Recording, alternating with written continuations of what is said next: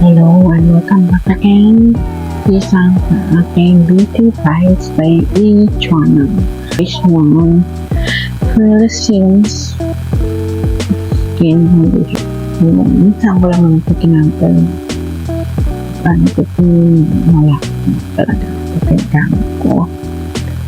At syempre itong Caroline's Oil Control Skin Tint. Lagi ko itong ginagamit kapag nilakad kami o lalabas kami. Most used beauty products ko itong Dream Focus Realist. Ang mga favorite colors ko ng eyeshadow.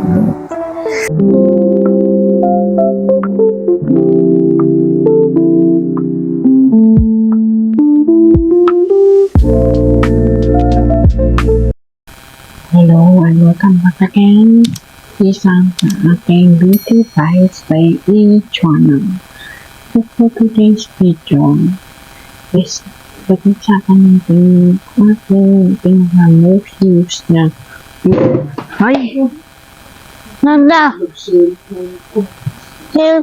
most used beauty product natin. Like most used na kinakamit ko. Let's get started na. Buti nakasara nung nalaglag.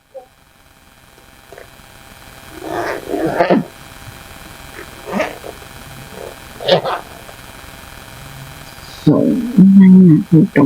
Pinaka-most useful beauty product na pinagamit is this one, Philippines Skin Condition. So, wala. Hindi ko ito ginamit ng almost ano siya.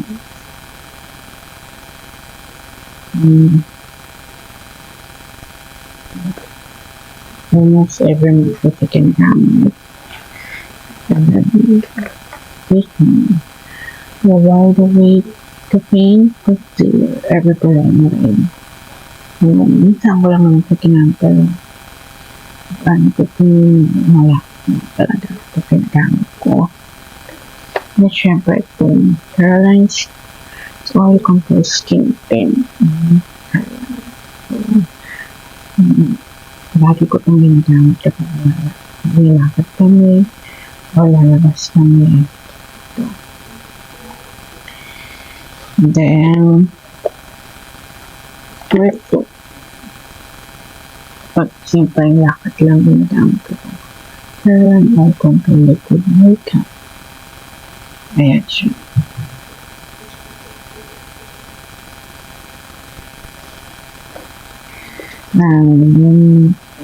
Siyempre itong Color Blur. Yung Color Blur na primer.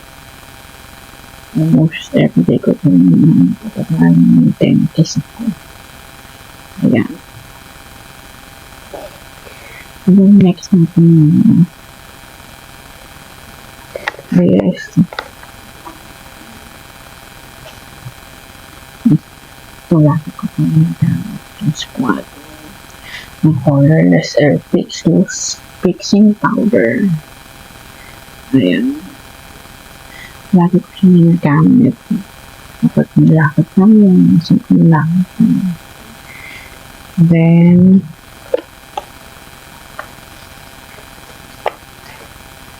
at syempre ito, yung color face, isa pang setting powder. At siya. Minsan ko lang ito ginagawa, pero nagagamitan ko din dyan always. Then ito, hindi pa naman ito, pero most used beauty product ko ito. Endless Cheap Green po. Okay, nagkaroon ng nalubat yung dalawang battery ko nung itong Lumix G7 ko. So, dito na natin tutuloy yung continuation ng vlog ko for Beauty Bites by E channel. So, ito na tayo. most used beauty products ko tong Dream Focus Weightless Foundation ng Endless Tea.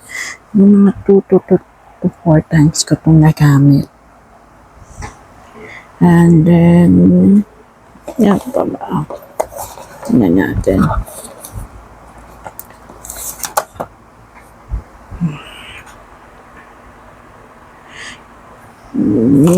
Check natin, guys.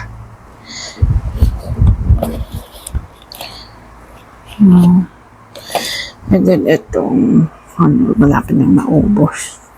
Itong binigay sa akin All About That Days ng GRMM. Para siyang Regent's Tint. Ayan. Lapit na siyang maubos. Sisam. So, ito pa. Itong curl or control brush.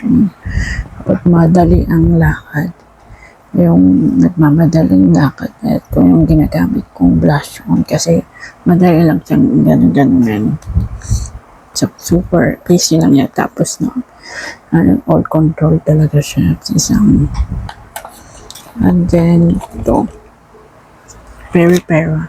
Pinakagusto kong lipstick to na madalas kong ginagamit last year. Itong Peri-Pera ng Ink Tattoo Stick.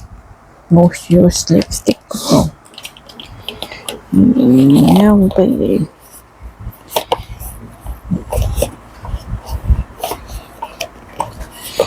Siyempre ito, Divine Illuminator. So, mga 3 times ko lang ito ginamit. Pero most used ko na rin beauty products to. So, yun. Actually, itong madalas ko rin itong ginagamit. Itong TW Clinic Auto Eyebrow Pencil ng Korean eyebrow pencil siya.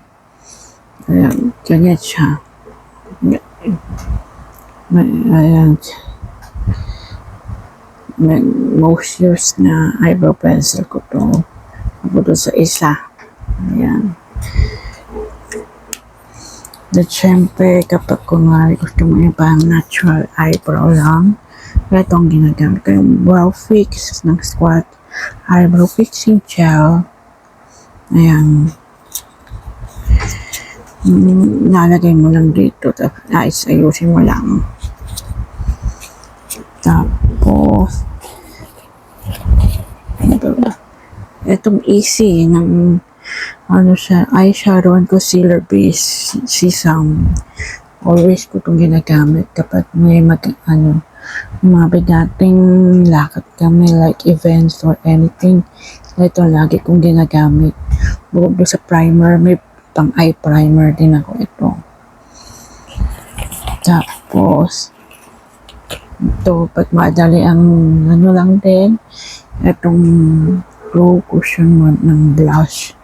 Gagano mo lang parang mas madali, tapos ayusin mo na lang.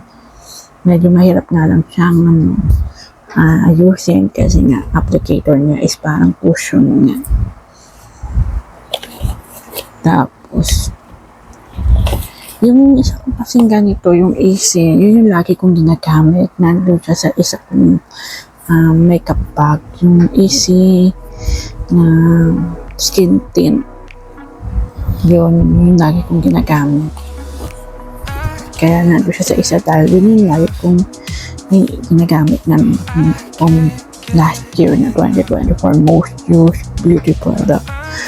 So ngayon, yun ang aking mga most used beauty product na pinakita sa inyo.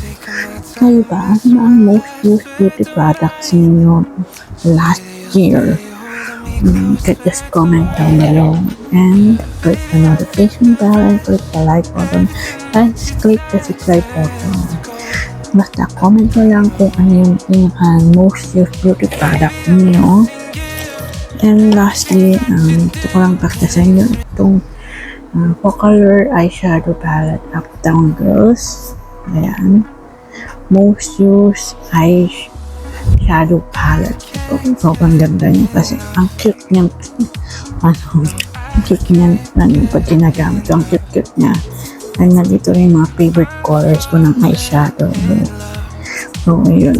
Yan naman ang aking papakita sa inyo. Yung mga most used beauty products ko last year.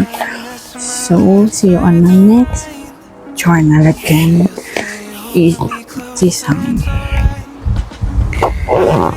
Yeah. Marami ko kasi ginagawa. Maraming nangyari. Ito yun nga.